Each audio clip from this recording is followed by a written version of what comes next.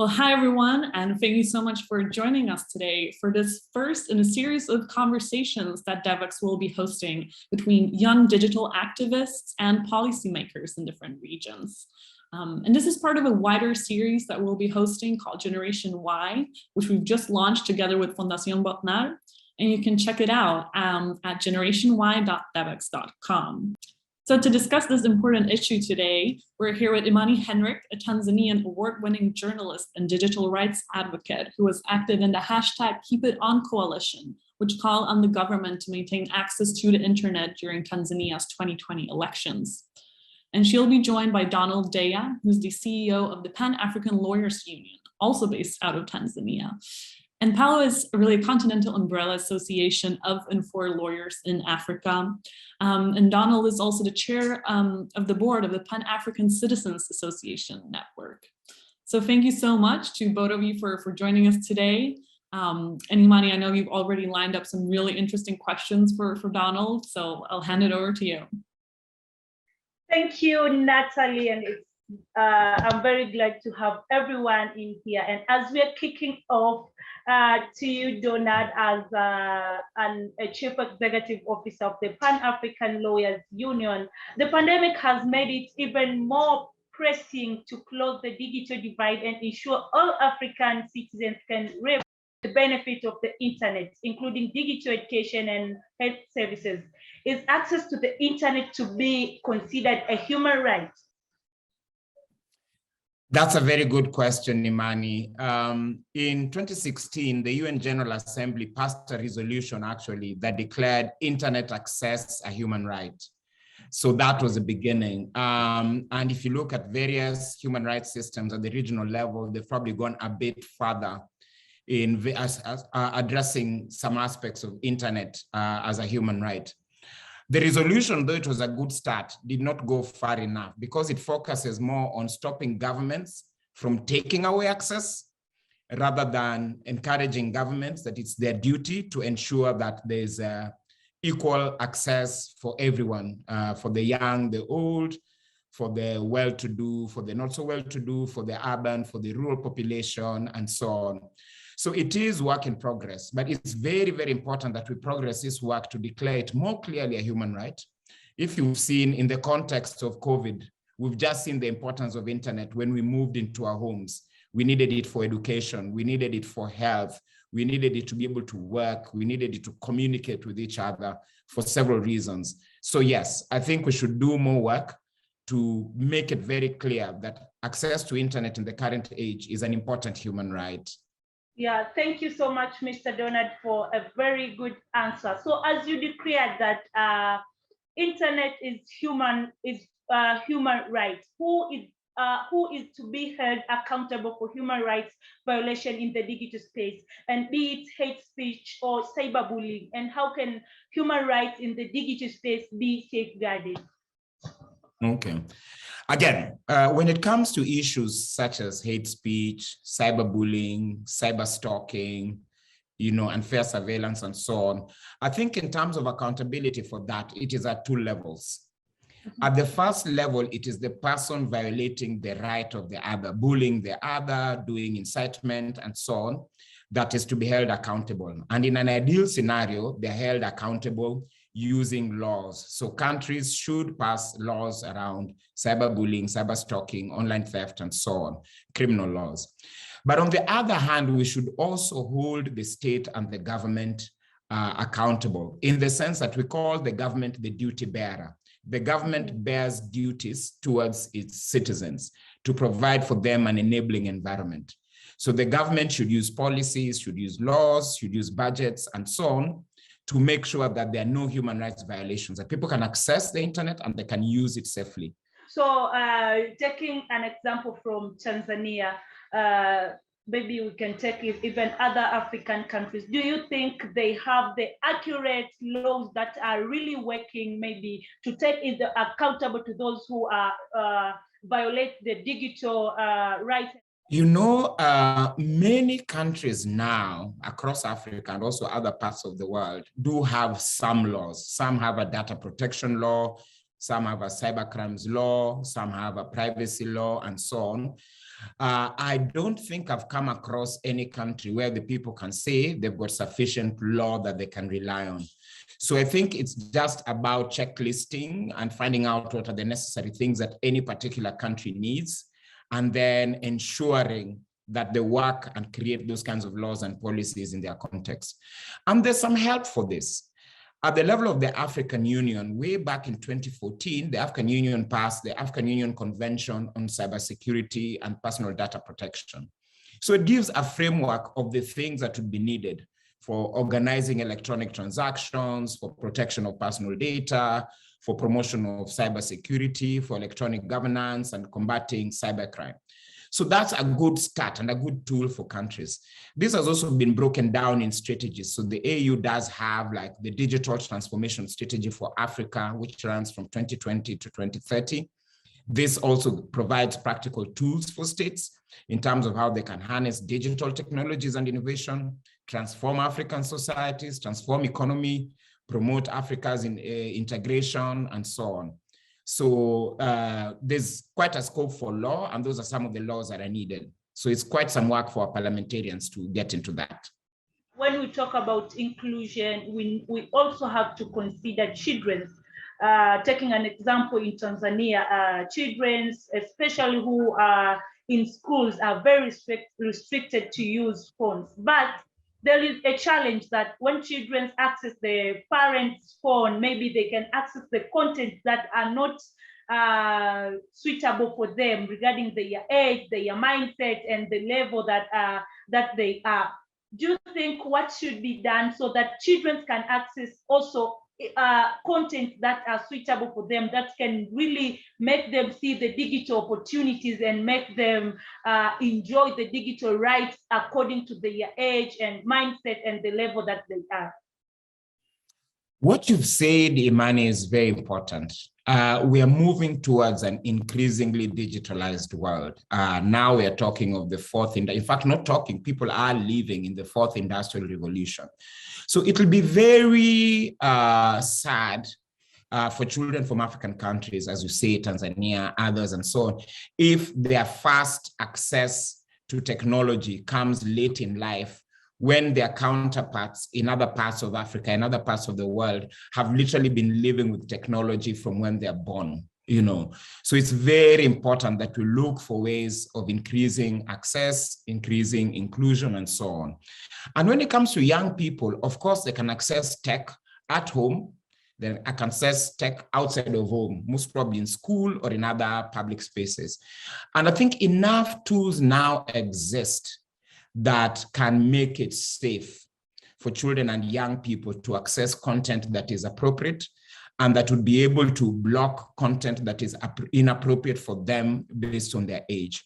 So I think a lot of public education is needed, especially for parents and for teachers, to let them know the kind of tools that exist that can block harmful content away from children and young people, but at the same time give them enough access so they grow up with technology very familiar to them, and they're able to create themselves, they're able to code, they're able to come up with applications and apps that work for them as they grow up and as they enter adulthood and as they enter the productive economy. Thank you so much, Mr. Donald. The last question about inclusion. We have the very special group that's people with disability. There is a challenge there, for them to access also digital rights compared to us, others who are able, maybe they can see clearly, they can talk and other stuff. What should be done to specifically to people with disabilities so that to make sure they are also included in digital platforms and them enjoy also digital rights as well? Yes. Again, to just reflect on that question as you've asked it, one of the things I've learned as I went about life, which is also a basic principle of what they call rights-based approaches to development, is this quote or this saying or this policy of nothing for us without us. Meaning, if you want to do anything for us, it must be done with us. We must be consulted from the very beginning. So my own view is in terms of ensuring access for persons with disabilities, with various disabilities, it is very important that we have genuine conversations with them, that policymakers, lawmakers, technology providers, equipment providers, and so on, actually have colleagues with persons, conversations with persons with disabilities, and then design for them facilities or access in ways that work for them. One of the things that has happened with technologies that I really like is that customizing stuff and developing stuff has become much, much cheaper over the last 10 years, for instance, than it was 20, 30 years ago. So if one goes with the principle of inclusion, that you want to include every single member of society, male, female, girl, boy, young, old, persons with disabilities, and so on, if one keeps with that policy, then we're able to consult them and be able to come up with applications and technologies and tools that would actually ensure they're fully included in what we're doing. I think many good practices exist of that. Many of the digital platforms and technologies we use today were designed and coded by the companies thousands of miles away in Silicon Valley. What's needed to ensure linguistic and cultural diversity in the digital era? Yeah, again, I've seen especially activists in the tech space, talk about these things at some length and come up with recommendations for states and for other players, such as tech companies, which, as you very correctly say, many of them exist in the global north, in the US and in other places. And the thing is to go with the principle of inclusion and the principle of diversity. So it is good to engage these tech companies much more robustly to look at their own practices in-house.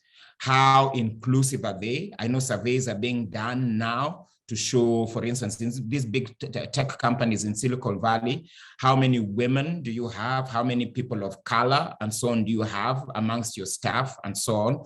So that kind of holding them accountable, corporate social responsibility, I think is required in order to lessen the gender gap and the racial gap. But like in many other spaces, I think more can be done. So people talk of, for instance, location diversification, where these companies are urged and advocated to diversify and have offices in Africa and other parts of the global south.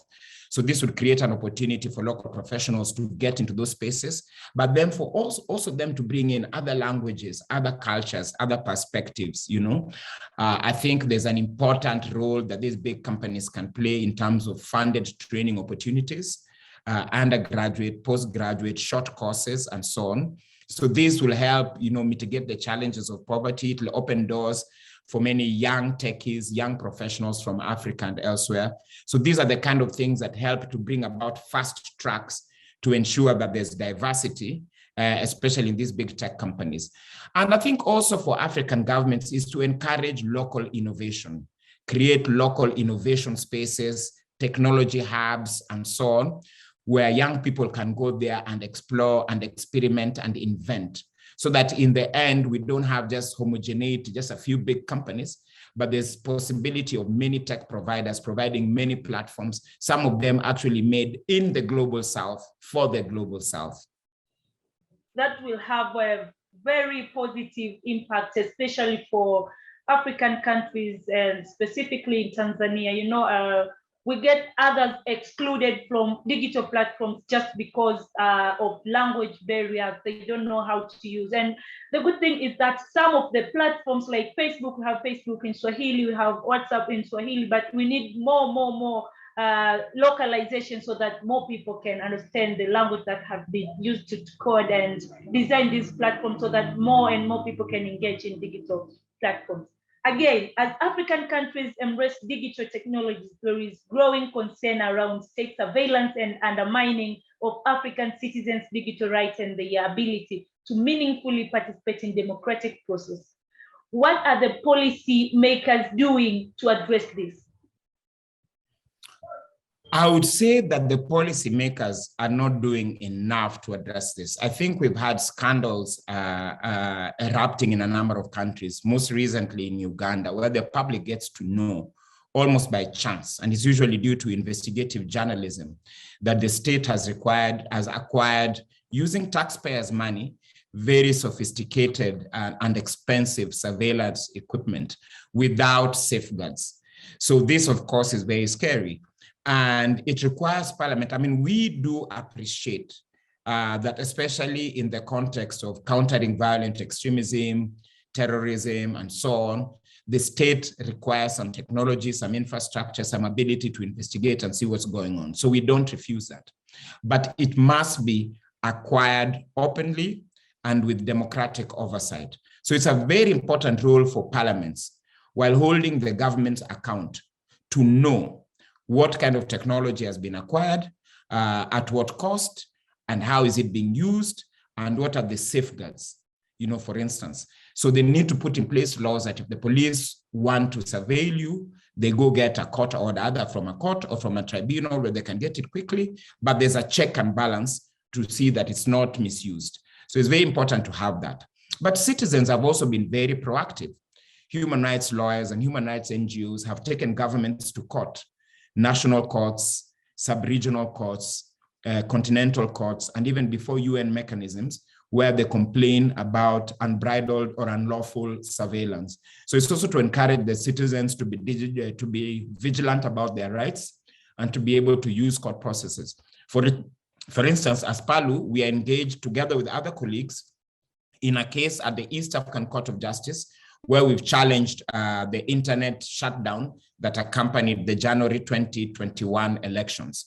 Similarly, we're in a case at the African Court on Human and People's Rights, where we challenged, again, the internet shutdowns that accompanied the October 2020 Tanzanian elections, raising internet shutdowns as human rights issues. So I just encourage us also to be very proactive and courageous.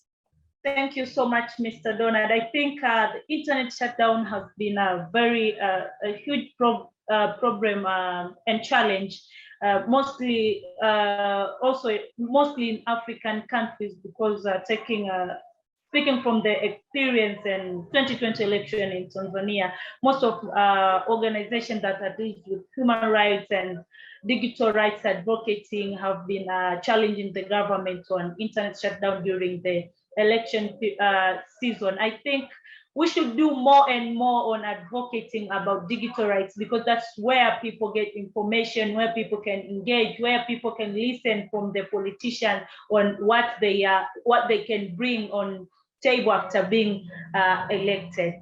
Again, we have a special group of women. Let's specifically talk about them as we are wrapping up. Women have been most victim in cyberbullying and gender-based violence online. For example, just this week in Tanzania, a very famous Wema Sepetu has experienced the same thing on digital platforms. And I was very happy that many people raised their voice to talk against the man that bullied her. So do you think what should be, maybe why women have been most victim on this issue, and what should be done maybe to end this, or if not ending, to reduce it? Okay. As to the why, I think what we are appreciating is that what happens offline is also what happens online. So the way we treat our women in our ordinary lives and so on offline is what also then is transferred into the cyberspace. And many times, unfortunately, it is enhanced in the cyberspace. It's enhanced because you can reach more people cheaply and easily. It is enhanced because sometimes you can hide your identity and then be able to bully people when they can't even face properly who is bullying them or who is spoiling their name, defaming them, trashing them, body shaming them, and so on. So we've seen that online just enhances the abuses that we have offline. Now, what we need, therefore, are a framework, a society in which we protect the rights of all, and in this case, respond especially to those who are vulnerable. So we need our governments to have policies around gender equality and around protection of women. And when they're doing so, they have within the framework, within the policy, within the law, both offline as well as online, so they don't concentrate on any one of them. We need lots of public education around equality, around diversity, around inclusion. So this requires that government actually puts resources, has departments at national level, at the community level, at devolved government level, where they actually engage the public to educate them and to encourage them to adopt the right principles and practices and so on, and outlook on life. And then we also just need robust ways of being able to isolate the bullies and the criminals, and then subject them to our justice process, where they actually get investigated, they get prosecuted, they get punished. And of course, big tech companies, you're talking of Facebook, you're talking of Google, you're talking of Twitter and so on, also have their role to play. They also need to have strong departments that are able to search online, to monitor online, and are able to do a better job of blocking those engaging in crimes. So some work is being done, but it's not enough. Thank you so much, Mr. Donald, for joining us. And I just quoting you, nothing for us without us. So I think we are the one to act now and be ambassadors to educate others and telling them when they are violating the digital rights, and making like online space safe for everyone, and everyone should enjoy the digital rights. Thanks so much. Thank you.